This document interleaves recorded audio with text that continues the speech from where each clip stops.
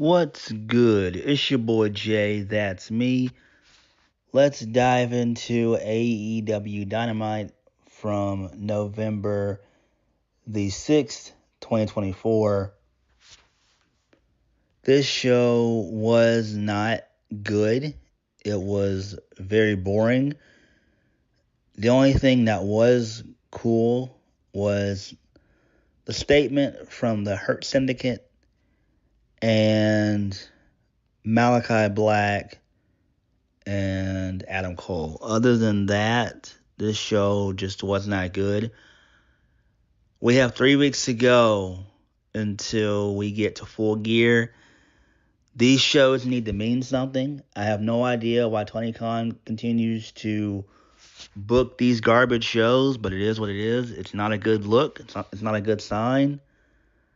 I don't know. I just don't understand. So we kicked the show off with the Hurt Syndicate.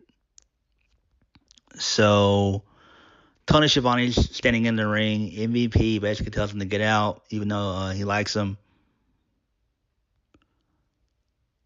So MVP, he thanks Tony Schiavone for the introduction, but he says he didn't need one at all. And then Tony Schiavone dips out. So MVP then introduces himself alongside Bobby Lashley and Shelton Benjamin. He hypes up both Bobby Lashley and Shelton Benjamin's accomplishments. Then MVP says the Hurt Syndicate offers their services before showing us footage of what happens when you refuse. So we see what happened to Swerve last week. So Swerve comes out. He's surrounded by referees and officials and stuff, along with Prince Nana. He has a chain in one hand. So he also has a microphone in the other. So Swerve basically just challenges Bobby Lashley to a match at Full Gear. And then MVP says, "We'll see you there, kid." So that was pretty cool. I do like this. I am quite afraid of what might happen to Bobby Lashley after his feud with Swerve is over with. I'm extremely nervous about what's going to happen. And I mentioned that in my last Dynamite review. Hopefully Tony Khan does do right by the Hurt Business. If not, it is what it is. I hope they have collectively decided to stay there for about a year. And so going into probably 2026, they could probably show up in TNA. I think that would be pretty cool. But we'll have to wait and see. So this was, like I said, this was an okay way to start the show. They gave us their mission statement. Moving on. So this basically leads us into the first match of the night. And I wanted to slice my television with a samurai sword, that being Orange Cassidy and Darby Allin versus Claudio Castagnoli and Pac. It was basically a no contest. Things broke down. And Marina Shafir, she came out. She kicked the referee out of the ring, literally. And it was just a bunch of chaos, a bunch of brawling and everything. Typical Blackpool Combat Club beat down on everybody. Darby was able to make some comeback using his skateboard, but to no avail. And, rinse and repeat, basically. That's all this was. So who gives a shit? I am tired of the Blackpool Combat Club takeover shit. It's annoying. It really is annoying. And I hope that Shane McMahon does show up at Full Gear. I know some people want him to show up at World's End, but no. We can't wait until December for this shit. No, we cannot. Hell no. We need this shit to pop off at Full Gear. Shane McMahon needs to be revealed at Full Gear, and we can move on from this, because this is beginning to frustrate me, because there's really no long-term plan for this shit. And there's been rumors going around that the Elite, they're taking time off, and then they're going to come back as potentially baby faces to fight the Blackpool Combat Club. No, that's awful. That would be awful. But that's a rumor, and I hope that it's not true. I hope it's not true, because that's going to piss me the fuck off. But I am tired of the Blackpool Combat Club takeover stuff. I'm like Moxley constantly speaking in riddles and all this shit. It's very annoying. Moving on. So, Ricochet, he gets on the mic. And so Renee Paquette, she tried to interview him, to see who his partners are going to be. Ricochet's interrupted by the Hurt Business. So he tells MVP that they've already talked, and for MVP to insist that they just wish him good luck. So Ricochet endorses them, and he tells them to watch his work. So that's pretty cool.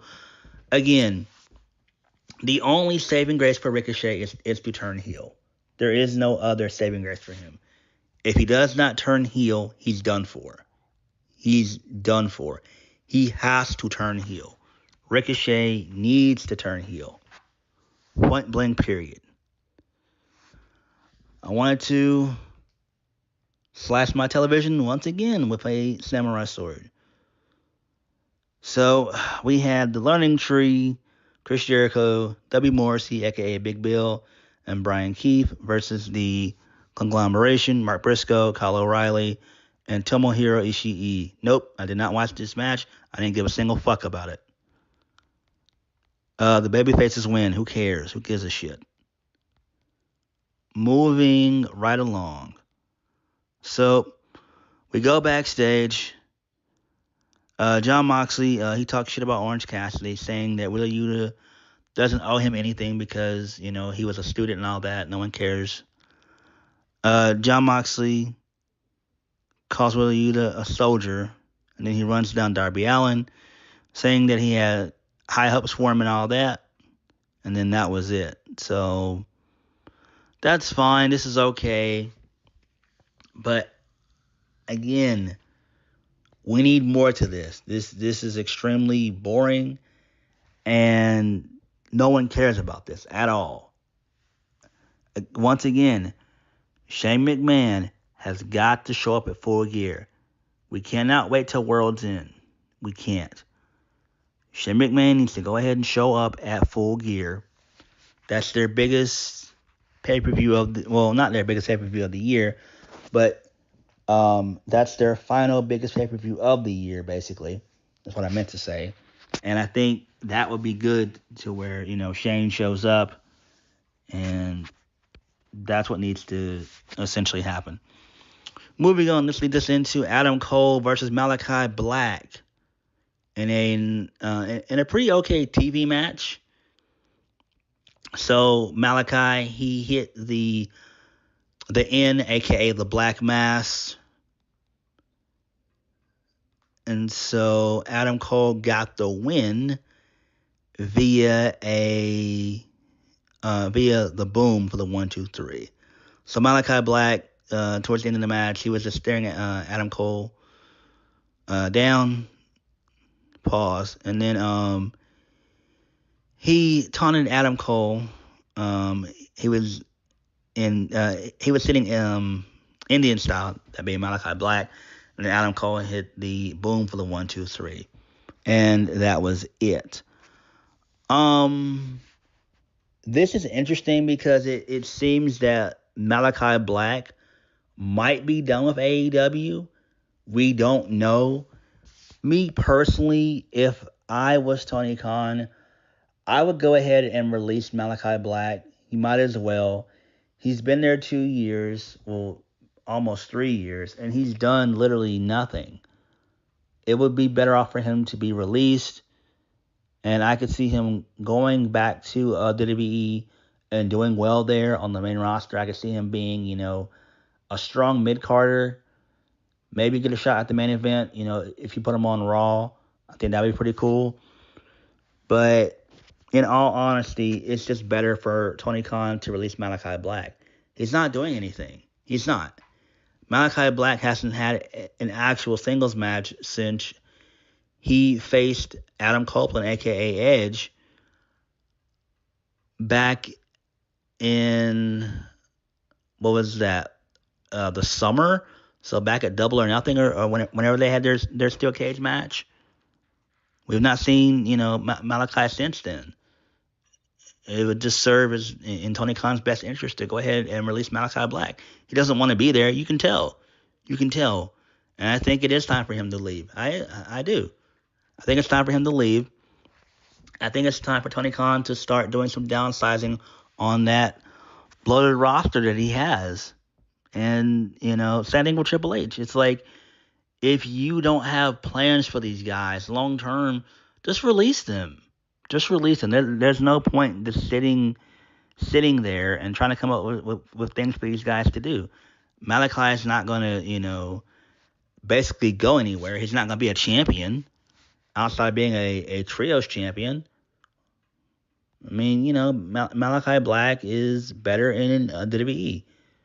He just is. So, Kyle O'Reilly, he's watching from the trainer's room in the back. So,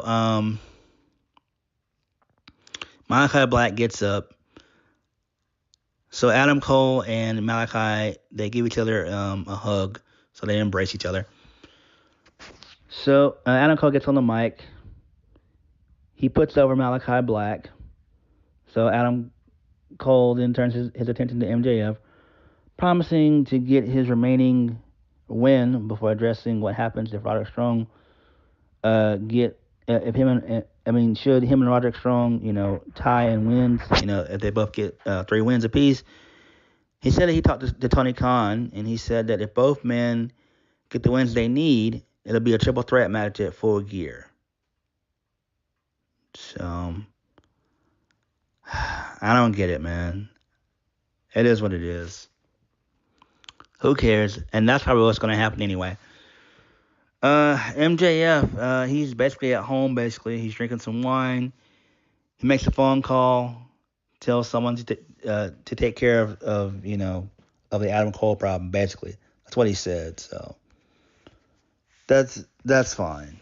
It sucks that we have not gotten MJF in the ring or, backstage, but this is fine. This will do for a while. This is okay. I just hope that we see MJF at least at the Go Home show, the Go Home Dynamite, before Full Gear. Moving right along. So, Jay White was supposed to have an interview by Renee Paquette. It didn't happen. Hangman, Adam Page, he got into a brawl with Jay White. The two of them started brawling, basically. So, Jay White, he got on the mic, and he promises to beat and dismantle and embarrass Adam Page at Full Gear, and he and the fans are going to have fun. Adam Page has never beaten Jay White, and he won't come Full Gear when the Hangman breathes with the switchblade. Jay White says he might be the first to make Hangman tap out. And if you don't like the sound of that, he's got 2 words for you: guns up. So that's fine. That makes sense.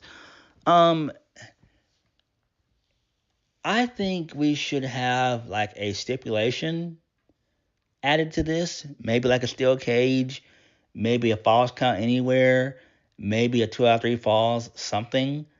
I just don't want like just a basic regular match. You know what I'm saying? I think we need more than just a basic regular singles match. We need something way more than that. We really, truly do. Moving on, we get another backstage brawl involving Chris Statlander. So, she promises to win the TBS championship at Full Gear. Then she walks away. She almost gets ran over by Camille, of all people. So she's behind the wheel with Mercedes, telling her for not getting the job done. So there's a brawl that breaks out, and basically Statlander takes out both Camille and Mercedes. Okay, this is fine, but do I give a shit about this? No, I really don't. If we're being honest, I just don't give a fuck about it. Moving right along. So Christian Cage, he's out next with the patriarchy. So he finally welcomes Kip Sabian into the patriarchy, saying that everything Kip Sabian was doing was to get his attention, as he's a fatherless loser in need of guidance. One thing that stood out above all else is that the fact that he helped him survive a beatdown from the Blackpool Combat Club a few weeks ago. So, both of them embrace, that being Christian Cage and Kip Sabian. So, Hook comes out and he says whatever Christian Cage has to say needs to be good and quick. Whoa, pause. So, Christian Cage basically explains his actions for what he did a few weeks ago to discipline a new son, explaining that he took out another voice in Hook's ear. The thing, however, is Taz saw Christian Cage's face, but why didn't he tell Hook who did it? Christian Cage says he knows he can take Hook to new heights, unlike his father. He asks if he wants to be an announcer like Taz, or if he wants to get on the next level with Christian Cage, become a world champion. That's not going to happen, Hook. It's just not going to happen. Christian Cage says he needs Hook, and finally has the guts to say to his face he wishes that Hook's father was dead. So this pisses off Hook, and Hook tries to get his hands on Christian Cage, but to no avail, and he takes out security. And that was that. Who cares about any of this? I don't. I really don't care about this shit. This is lame. I am ready for Hook to leave AEW and go to NXT. Come on, man. The guy's 23, 24 years old. He needs to be in NXT. Moving on. So, Don Callis is backstage. He talks about the tag team of Lance Archer and Brian Cage, how they've been dominant in the tag division. No, they have not. It's not that important. If you're dominant just because you're beating jobber teams on not Ring of Honor, but if you're beating jobber teams on Rampage and Collision, it doesn't fucking count. So Don Callis is about to address their greatness. He's interrupted by a massive brother with an envelope with a wad of cash. He's got a box with a ring in it and a message from MJF asking Don Callis to take care of Adam Cole. And if he scratches up the ring, he can get people to scratch Don up. So that's pretty cool, I guess. So he's bribing Don Callis. Do I care? No, not really. Penelope Ford Jamie Hayter defeats Penelope Ford. Who cares? You get a really cool video package of Mina Shirakawa. She's going to be coming back to AEW. That's cool. So we should see her soon. Cool. Moving on. Main event of the evening. Tenosuke Takeshita and Kyle Fletcher versus Ricochet. And we get the return of Powerhouse Hobbs because Ricochet gets on the mic and says that he wanted to let us know. He addressed that someone in the Don Callis family has had their contract with the group expire, and it turns out to be Powerhouse Hobbs. He got a really good reaction. So Ricochet and Powerhouse Hobbs, they defeat Kyle Fletcher and Tenosuke Takeshita. I don't care about any of this shit. So basically, there was another brawl that broke out. Mark Davis came out to make the save. So then Lance Archer and Brian Cage came out to make the save to an extent. Then Will Ospreay comes down to even things up, and then the heels, they leave. And so Mark Davis, Ricochet, Will Hobbs, and Will Ospreay, they all stand tall in the ring. Who cares? This is lame as fuck. I don't care about any of this shit. I don't. Dynamite was okay. It could have been better. They need to do better. I feel that Malakai Black is more than likely on his way out, and he needs to be. He really does. But we have to wait and see. I forgot to mention that the Continental Classic, that's going to start probably, I think, in 2 weeks, I believe, is what they said on commentary or on the show. I don't know. The Hurt Syndicate giving their mission statement, that was cool. Other than that, outside of the Hurt Business giving their mission statement along with Adam Cole and Malakai Black possibly leaving, this show just was not good. It was boring. It really was.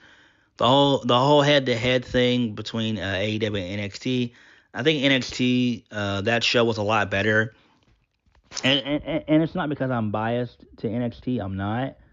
But it was just better structured, and there was some cool stuff that went down on that show. Dynamite, and not so much. Just boring. And they need to do better because they're heading into their final major pay-per-view of the year. So I don't know, man. They gotta do better. They gotta do better. But what did you guys think of Dynamite? Like, comment, subscribe.